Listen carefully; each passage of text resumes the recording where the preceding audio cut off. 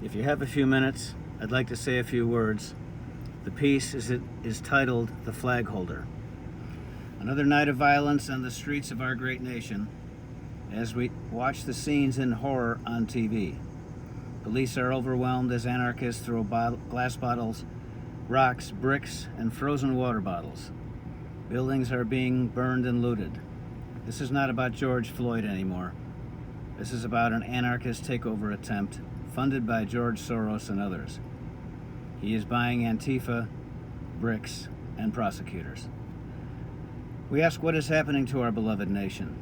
What is happening to the beacon of freedom and hope in the world? How do we stand up? The endless Facebook and Twitter wars go nowhere. We need to explore how we got here to figure out a solution. The greatest generation sprang into action after Pearl Harbor was bombed by the Japanese in 1941. The rush to enlist in all branches of the military was overwhelming. Our youth was so patriotic that many lied about their age, and many as young as 16 years of age enlisted. Calvin Graham lied about his age and enlisted in the Navy at the age of 12. He served on the battleship USS North Dakota. After being wounded in the naval battle of Guadalcanal, Calvin aided the other wounded and pulled them to safety. He received the Bronze Star and the Purple Heart for his valor. 16 million served, and most were young. They were machine gunned down and drowned after they ran down the front ramp of their Higgin boats at Normandy and many islands in the Pacific. 50,000 airmen were incinerated when their planes were hit over Germany and Japanese-held territory. They endured 3,500 kamikaze pilot crashes on their ships in the Pacific. They crawled on their stomachs in the mosquito-infested jungles of the Pacific. They died in the Bataan Death March and starved in concentration camps. They froze in the Ardennes forest during the Battle of the Bulge. They died in over 6,000 broken Navy and Merchant Marine ship hulls, taking their last gasp of air as the ship sank to the bottom of the ocean.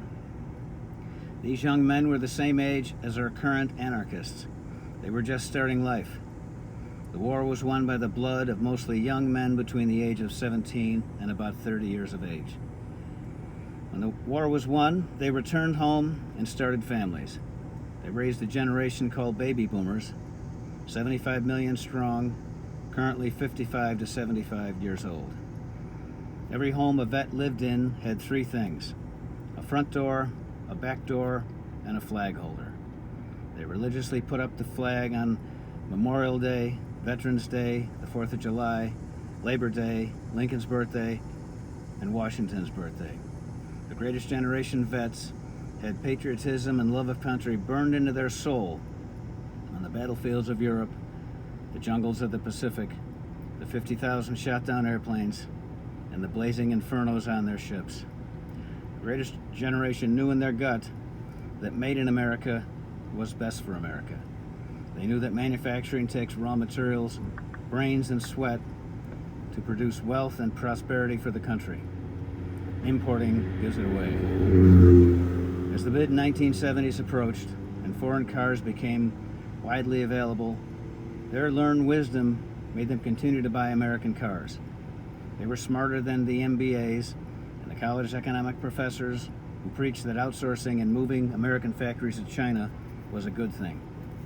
As a result, we are now a debtor nation. We gave it all away.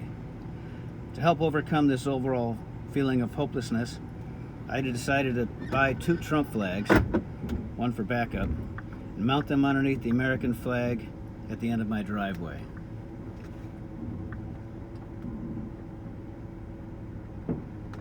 It's a beautiful sight. The blue banner at the bottom represents support for the police. Say what you want about Trump. He's not perfect, but he's the only thing that stands between our free democracy and a radical communist, socialist, Marxist takeover of our country. If elected, Biden will be pushed aside, and the squad-like extreme leftist elements of the Democratic Party will take over. Most of the heroes and the sacrifices they made have been forgotten by now. Men like Ronald Endicott, 18, Clifford Olds, 20, and Louis Buddy Costin's 21. They were trapped in the hull of the U.S. battleship USS West Virginia at Pearl Harbor after the Japanese surprise attack in 1941. It was hit by 6 torpedoes and 2 bombs. The giant ship rolled over and burned for 30 hours. A haunting tapping could be heard from deep inside the ship. The Marines stationed at the site covered their ears as there was no way to reach the men. 6 months later, the giant battleship was refloated. Like most battleships, the ship was longer than 2 football fields. That is when they found the 3 men and the calendar with 16 days crossed off. 65 additional men were also found in the hull of the battleship. Amazingly, with the toiling efforts of thousands of people, the ship was rebuilt and saw considerable action in the Pacific. It participated in the last great battleship conflict of the world at the Battle of Surgo Strait. Love of country was an unspoken truth to the greatest generation. Us boomers should have learned and absorbed more of our parents' patriotism. We heard war stories, but not too many, as it was too painful to talk about. When we hit our teens, we wanted to drive our parents' car, drink beer, get our own car, and date. Many went to Vietnam, its own hell. When we started our families, many of us forgot about the flag holders. Some were used to hang flower pots, some went down when the new siding went up. Our children, the 75 million millennials, were even further removed from the sacrifices of the greatest generation and their patriotism. We didn't teach it, and many high schools and grammar schools did a poor job. I used to ask my kids' teachers why the history classes barely taught any modern history. The answer was typically, we run out of time in the school year before we reach the end of the book. Many leftist college professors teach our kids that America is a marginal country or even a bad country. Then along came Generation Z, now anyone under 23 years of age. They are basically 3 generations removed from the greatest generation, Patriots. They received an even worse education about our history. Many have virtually no concept of how or why our country was formed, what our country has accomplished, or the sacrifices that were made in order to become, at least for now, the beacon of freedom and hope in the world. To put it in perspective, we have the youth of the greatest generation sacrificing 500,000 young men to literally save the world from tyranny in World War II. Now we have our rioters who are burning buildings, hate our democracy, are throwing bricks at police, and are burning American flags. We also have the mainstream media promoting this anarchy and the Democratic officials not condemning it, much less doing anything to stop it. I worked with a gentleman from the Netherlands about 20 years ago. I discussed my dissatisfaction about how American history was taught in our schools. He stated emphatically that in the Netherlands, their history is paramount in their schools. Every detail is emphasized and learned. He said, in America, kids learn everybody else's history from the cavemen forward, but their own. He said in the Netherlands, kids probably know more about American history than American kids. I agreed. With a void of patriotism and too much time on their hands, some of our youth have an ear for the leaders of groups like Antifa and Black Lives Matter. They have convinced many that America should be dismantled and everything about our country is bad. Look up the charter and mission statements of these organizations. They are Marxist, they are communist, they are anti-family, anti-Christian, and anti-American. They want to end America as we know it, with the mainstream media and the Democratic Party supporting them. View their charter, mission statements, and speeches online if you don't believe me. It's sickening. One generation of American youth were sitting in a plywood glider known as a flying coffin with 20 others to be cut loose from a bomber in the middle of the night so they can crash land in France to support the D-Day invasion. Now many of their counterparts are rioting, burning, looting, and throwing bricks at police. The corrupt mainstream media encourages it, and the leftist Democrats won't stop it in their own cities. Democratic cities have turned into nightmares. Is America systemically racist? Ask the tens of millions of people who have crossed our southern border. Ask the people patiently waiting 5 years to proudly become U.S. citizens. Ask the people who have escaped communist countries. Ask the estimated 50 million people who would come here if they could. This systemically racist theory is a mainstream media Democratic Party talking point. It's the old divide and conquer theory. The anarchists, the mainstream media, and the Democrat Party are trying to divide our country with this talking point. By the way, I know an easy way to solve the immigration problem. Let the leftist Democrats take over, and this country will become such a disaster, no one will want to come here anymore. Is this country systemically racist? Why have we become the beacon of freedom and hope in the world?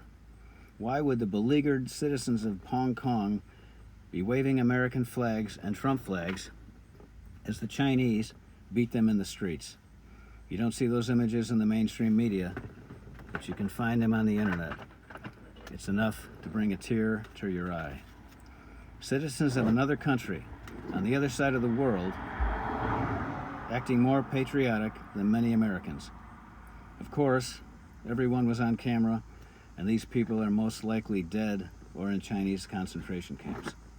The Hong Kong citizens know America is a fair and just nation, but some of us here in America have forgotten this.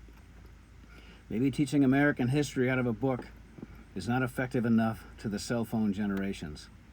We should educate our youth with more effective methods. They should learn about the sacrifices made during the Civil War to end slavery. The Ken Burns documentary, The Civil War, is a good choice. If we want our youth to learn about the sacrifices made during the Revolutionary War for our freedom, have them watch The Patriot or others. Want to show them what bravery was in World War II? Have them watch Saving Private Ryan and pass out the Kleenex for the ending. Show the documentary series The Last Days of World War II so they can live what a prior generation sacrificed so that we can have a pretty easy life compared to our prior generations. Take the whole school to a movie theater or get a giant screen for the gym with a good sound system. Let them live our past sacrifices. Each generation has had an easier life than the prior because of these sacrifices. Make that clear to our children. They don't feel blessed because they are in the dark as to how we got here. For that matter, the rioters and anarchists sitting in jail might benefit from watching these movies and learning more about the origins of freedom and the democracy they hate. Unbrainwash them. What happened to the History Channel? For those who were around, it was full of good documentaries about our history until the format changed in the early 1990s. I guess there wasn't enough money in our history. At least give us back the name so someone can restart a real History Channel. You might be wondering what that thing is under the flags. That's a two-man saw. One man at each end alternately pulled a handle in unison to cut tree trunks. Back in the day, our country was built with these saws. People worked hard and in unison. The saw was appropriately named the Misery Whip. In the recent past, hard work was the only way to survive. I believe that many have become too soft and too unappreciative of how good we really have it compared to prior generations and most of the world today. In the desperate times of World War II, pilot training was sometimes minimal. A plane in the air with a rookie pilot was better than no plane at all. Some flyers entered combat with less than 1 hour of training on their assigned aircraft. Group Commander Colonel Donald Blakesley said, and I quote, "You can learn to fly P-51s on the way to the target." Ever since the end of the Obama administration, we are afraid to show our political preferences. The left should not have that power. No one should. This intimidation has never happened in our history. We can get hit if we just wear a red hat. Our car might be vandalized if we put a Trump sticker on it. No way would we fly an American flag along with a Trump flag. Afraid you will annoy a neighbor if you fly a Trump flag? Well, I say you will make many new friends with neighbors that fly the American flag, the Trump flag, and a blue banner. There is strength in numbers. When I pull in or out of my driveway and the same flags are still flying, that's a victory. That gives me hope. If 40 million homes, apartments, condos, boats, trailers, motorcycles, stores, warehouses, excavators, cranes, gas stations, restaurants, salons, manufacturers, hotels, and gyms fly these three flags, the mainstream media talking heads on the left will explode. Mainstream media will be considered petty and insignificant by more and more people with their hate of our country. The silent majority does not have a voice right now. We are spokes in that very large wheel that we keep rolling straight and true. We and our predecessors built this country. We get up at the crack of dawn, work 5, 6, or 7 days a week. We all make this country a safe, prosperous, generous, and great place to raise a family. The world knows this is true, and that's why so many people want to come here. 16 million Americans who fought in World War II are rolling over in their graves, witnessing what has become of our country. Why are we tearing down statues of George Washington but leaving up a statue of Lenin, a man who murdered 100 million people? As for defund the police, that is a ridiculous, anarchist Democratic Party platform that defies logic. This is really about dismantling our country. We won't let that happen. Hang your blue banner. They were the members of the USS Johnston, a 370-foot-long Fletcher-class tin can destroyer that almost solely took on one of the largest battle groups in the Japanese Navy. The day that Johnston was commissioned, Commander Evans made a speech to the crew and said, "This is going to be a fighting ship. I intend to go into harm's way, and anyone who does not want to go along had better get off." 11 destroyers, 8 cruisers, and 4 Japanese battleships were headed towards the American landing at Leyte Beach to annihilate it. As the Japanese armada appeared in the distance, without approval from his commander, Evans turned the small destroyer around and charged the destroyers, cruisers, and battleships. An 18-inch gun turret on the battleship Yamato weighed more than the entire Johnston ship. The Johnston's armor was so thin that shells passed right through the ship without exploding. With the barrel of his 5-inch gun blistering and red hot, a 17-year-old Texan named Clint Carter yelled, "More shells! More shells!" as the ammunition crews struggled to keep up with his ammunition requirements. The Johnston made a torpedo run and blew the bow off the cruiser Kamano and did considerable damage to the other ship with the 5-inch guns. As the Johnston was disintegrating, the crew turned the rudder of the ship by hand to directions coming from Commander Evans through an open hatch. The Japanese ships formed a semicircle and kept shelling until the ship sank. In the end, only 141 men survived out of the 327 crew, with the captain going down with his ship. A Japanese captain and some of his sailors saluted the sinking Johnston, considering her to be an honorable enemy. A small group of American ships, outnumbered 10 to 1, turned back the Japanese fleet. It was one of the biggest naval upsets in history. This bravery and valor is still in the heart of all Americans, just as it was in the 16 million who served in World War II. As the Patriot movement grows, we're going to run out of flags.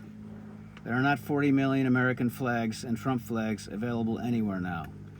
We will need to be creative. Paint the flag on your garage door. Paint your semi-trailer.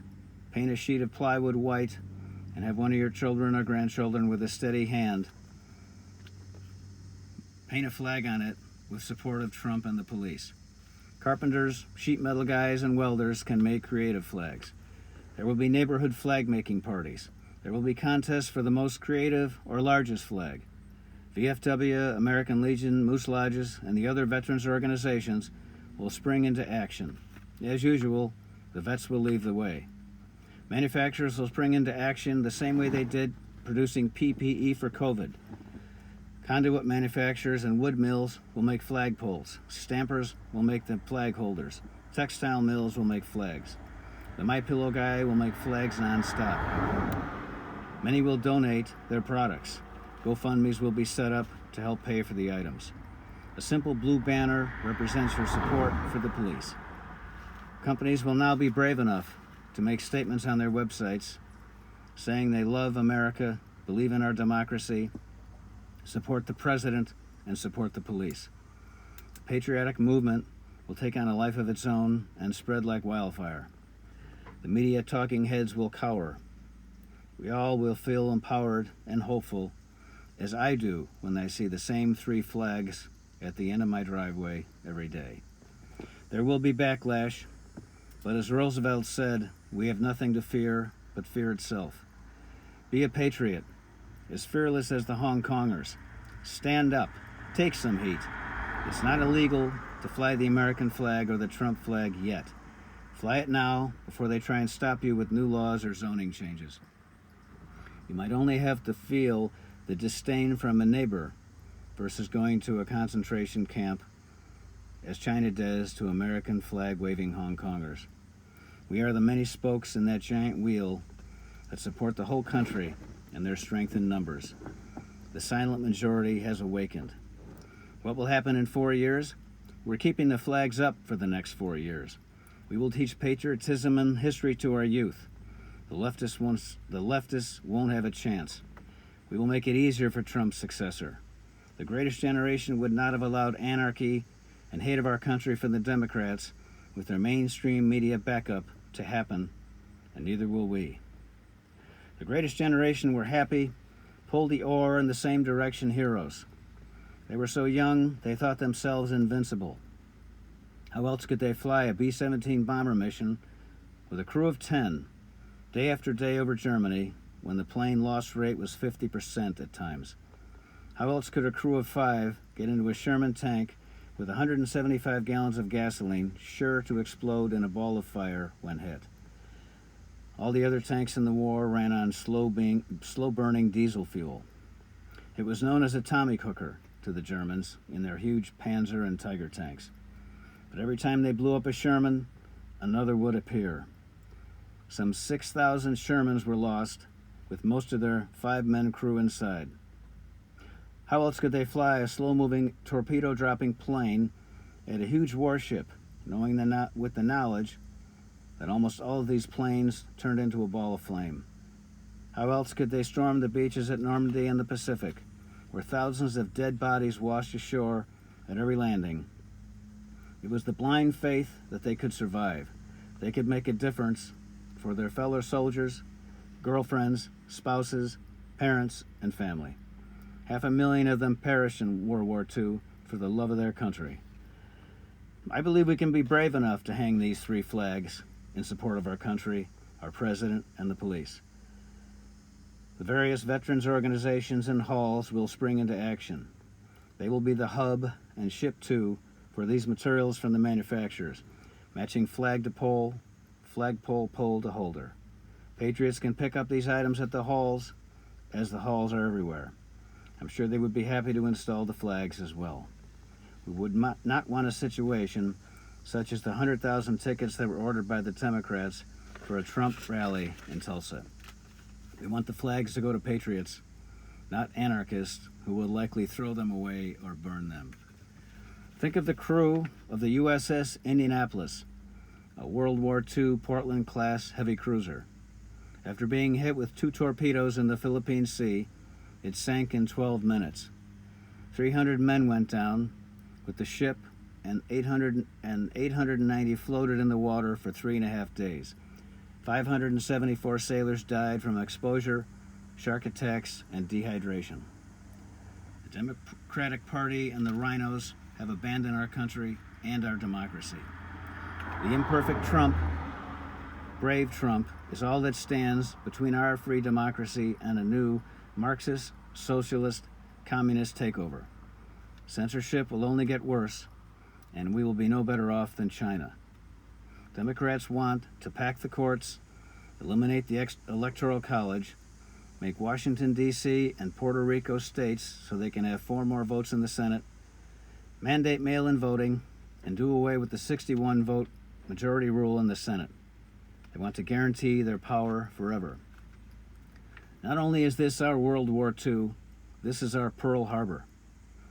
As Admiral Yamato said after his Navy attacked Pearl Harbor in 1941, I feel all we have done is to awaken a sleeping giant with a terrible resolve. Well, the looting, arson, censorship, anarchy, attacks on police, hatred of our country by the mainstream media, and the attempt to dismantle our democracy by the Democrats has once again awakened a sleeping giant with a terrible resolve. 16 million people rushed to enlist in the military after Pearl Harbor was bombed in 1941. Now many more will enlist to blanket our country with these three flags and ultimately win the war the Democratic Party and the mainstream media are waging against our democracy. We will make the approximately 1.3 million soldiers who have died for our freedom over the course of our history proud.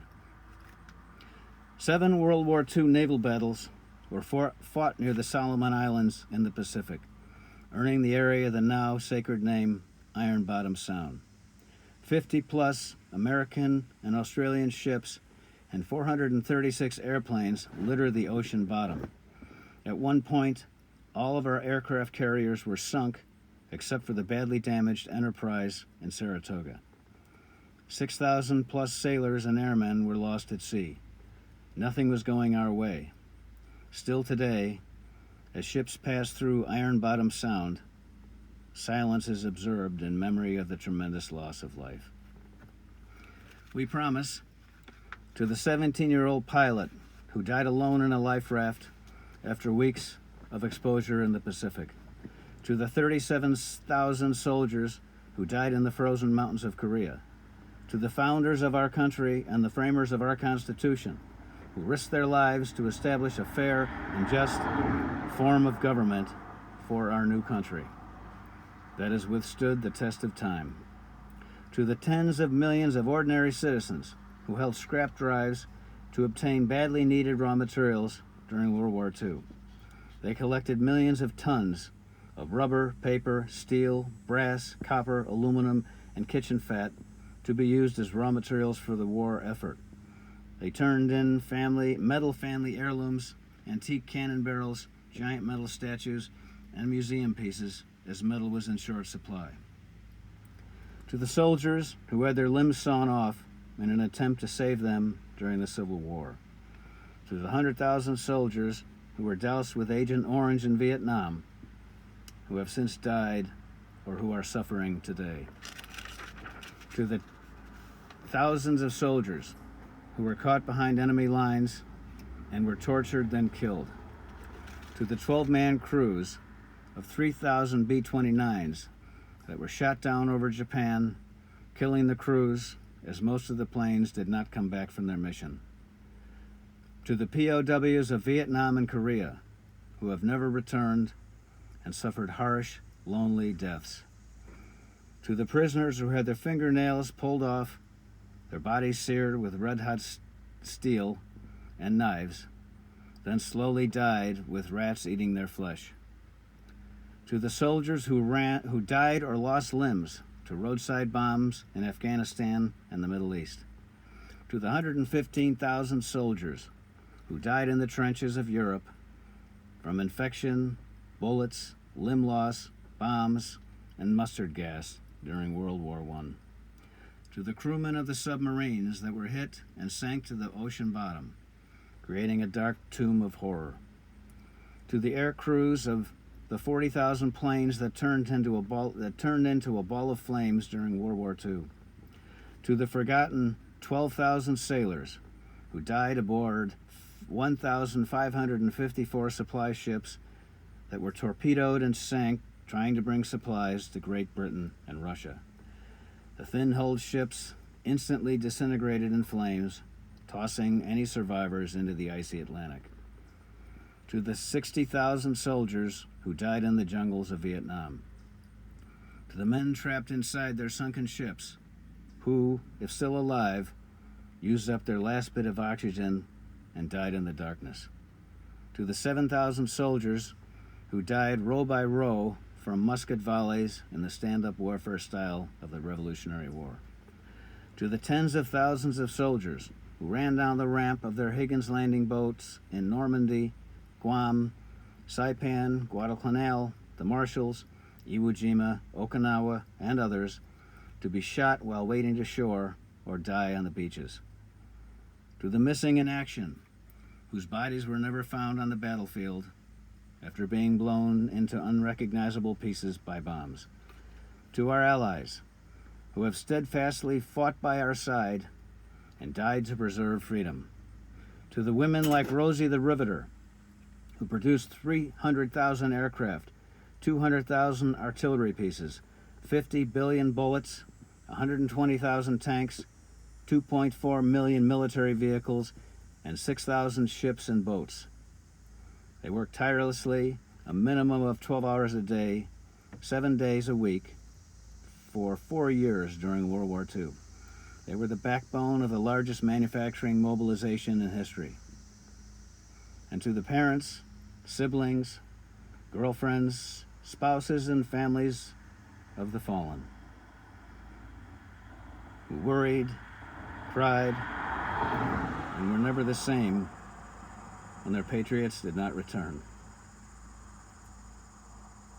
To all of them, the brave, selfless souls who gave it all, we offer you a belated gift of these 3 flag holders. We will keep them full of flag while teaching our children about patriotism, history, and love of country.